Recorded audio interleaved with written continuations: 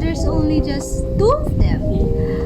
Oh my gosh, our guppies had babies. Our guppies, we've been trying to like feed them for a while now, so now they just had their babies.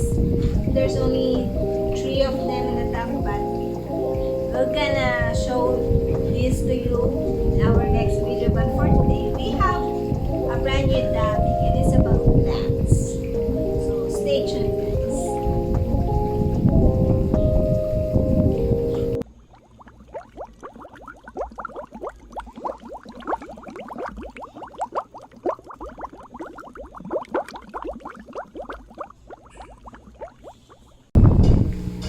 So hello guys, welcome again to my channel. And for today, our topic will be about plants. Like, what are aquatic plants? Okay, so aquatic plants are the type of plants that usually grows or tolerant with water. So most of the aquatic plants are the ones that you usually see in marshes, rivers, underwater, of course. So those things. So okay, so how do aquatic plants grow? There are actually 2 types on how aquatic plants grow. There is the submerged ones, which are the ones that are completely underwater. Plants that are completely underwater, just like what we use in our aquariums. They're completely like all the time. Okay? And there are the immersed ones. So the immersed plants are mostly their roots or the bottomest part of the plant is underwater or growing, just having a bit high of water, and mostly their leaves are in the open air. You can see those in rivers also, near waterfalls, plants. And most of our submerged plants, they also grow in as immersed form. And also most of the aquarium plants that we buy through Shopee, Lazada, or in plant farms, aquatic plant farms, they're actually immersed ones. So there's kind of like a process for you to plant your immersed form plants into submerged ones. So that will be like a different topic. So those are the 2. Submerged, completely underwater, and immersed, will have, or only the roots are submerged in water and the whole plant is the open air. And we just entered our house since it's too windy outside, so let's go in where it's not too windy. So we finished how plants grow, submerged and immersed. Now we're gonna answer the question, how are plants classified? There is lots of aquarium plants in the market, anywhere. When you search Google, there's a long list of aquarium plants. So how are you gonna classify them? So for me, I tried doing 3 classifications. So first of all, we have the floating plants. The floating plants are the ones that only floats on top of the water. They grow roots from there, from the top of the water, and go down in underwater. So those are the floating plants. They just float on top. The second one are the moss. The moss plants. So we have lots of different kinds of mosses also. So those plants are the ones that you can stick on plant accessories, or you can just let them grow on the sand, over the sand, and let them float. So those are the moss. We have Java moss, Christmas moss, etc. There's a lot of types. And the last one are the root plants. So the root plants are the ones that of course grows roots. They can be on top or in the middle of the aquarium, just growing there, or they can be submerged in your sand or substrate. So as you can see, there's a lot of types of root plants also.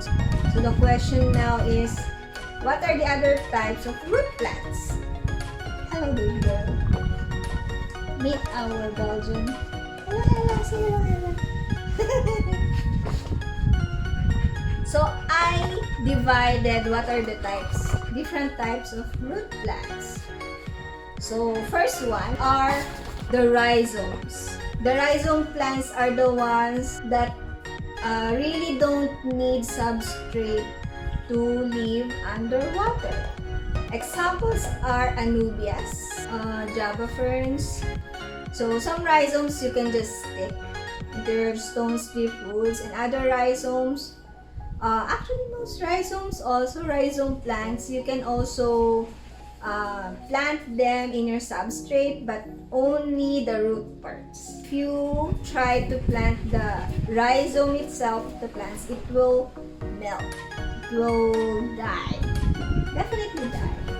But yes, it happen. Or they won't grow at all. So those are the rhizomes. And the other one are the root system. The plants that have root systems, the ones that you specifically plant in your substrate. So that's the two of the root plant specification. So in the root system, there's also a division there. There's a lot of aquarium plants. There's a lot of different types and kinds, but I'm just kinda micro dividing them, so we'll be introduced to different plants. Since knowing what kind of plants are those, it's gonna be easier to place them in your aquarium and visualize what kind of plant do you want to see in the aquarium. So in the root system, we have a lot of division there. We have cheat sheet here. So first part of our root system plants are the stem plants. We actually have an example of stem plants here.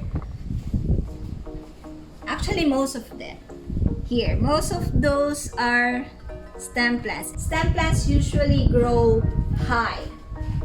And in every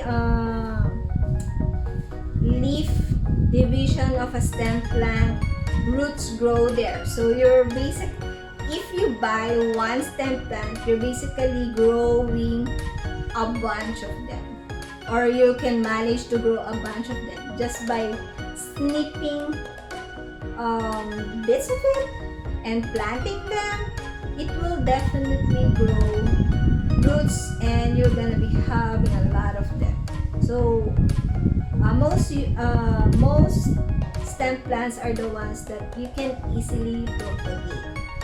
And the next one, the bunch plants.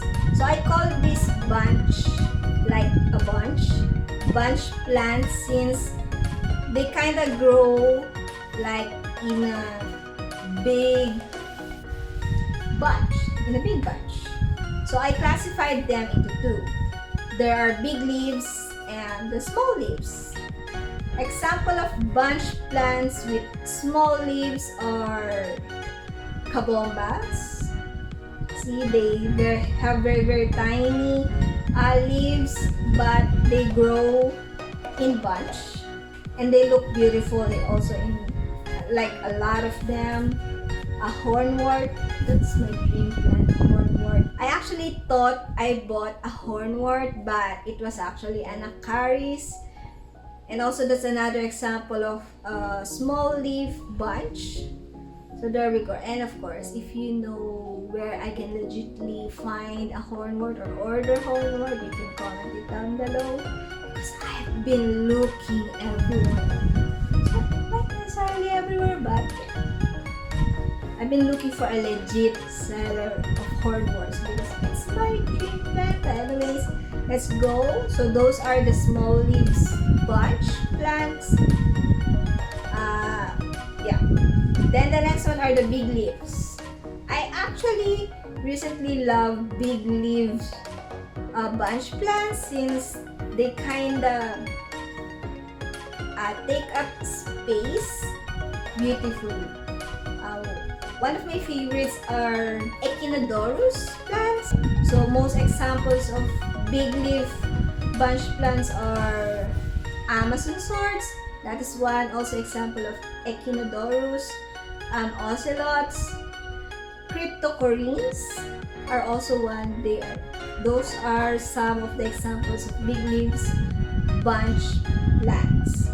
So you can just plant them and they grow big and kinda take up a big space, and it will be like beautiful there. And next one are the carpets, the carpet plants.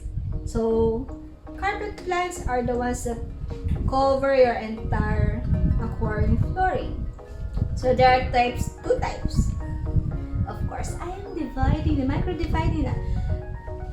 This actually how aquascapers can choose their plants. So with the carpeting plants, there are tall ones, or the big carpet plants. One example is a dwarf sagittaria. They grow tall and very bushy, kind of like that. Some other tall carpet plants, hair grass. There are hair grass types that are tall, that grows tall. So those are the tall carpet plants, and we have the short ones. The ones I have here are Monte Carlos. So that's one example of carpet plants that grow short. Those are the carpet plants, the tall ones and the short ones. And lastly, we have the runners. No, they don't run. But their roots, their baby plants, as I call them, they grow like far from the mother plant, and they grow like tiny stems, and they will grow there. And they're called runners. Example of those are Vallisneria. Those are great runner plants. They grow amazingly fast, especially if they're already used with your substrate. They grow everywhere. Downside of runner plants is that they grow anywhere. They don't have like, if you put them in one place, just like you plan, they're gonna be growing on the other side of your tank or on the wrong side. One example also are the dwarf sagittaria. That one is also a runner plant. So those are the classification of my root plants. We have the stem, we have the bunch, the big leaf and the small leaf, and we have the carpet, the short and the tall, and the runners. To summarize it, in the matter of their growth, we have the submersion immersed plants, submerged where plants are submerged or underwater 24/7, and immersed plants where mostly only the root parts are submerged in water. So in the classification, we have the floating plants, the one that floats on top of the water, the root plants, the ones that grow roots, and the moss, the ones that proliferate kind of freely anywhere you put them. Then we have the classification of root plants. We have the rhizomes and the root system. The rhizomes, of course, the ones that you can stick anywhere, or the plants that really don't need substrate to grow, and the root system wherein they grow big strong roots under the substrate. So in the root system, we have the stem plants, the bunch plants, the small and big leaf bunch plants, the carpet plants, the short and tall plants, And lastly, the runners. And that is all for our plants for today. And hopefully I helped you to identify plants with my video for today. And yeah, if you have any other suggestion, you can comment it down below in the description, in the comment. You can comment it down below if you have some suggestion and ideas. So that's all for today. Thank you again for watching, and see you again.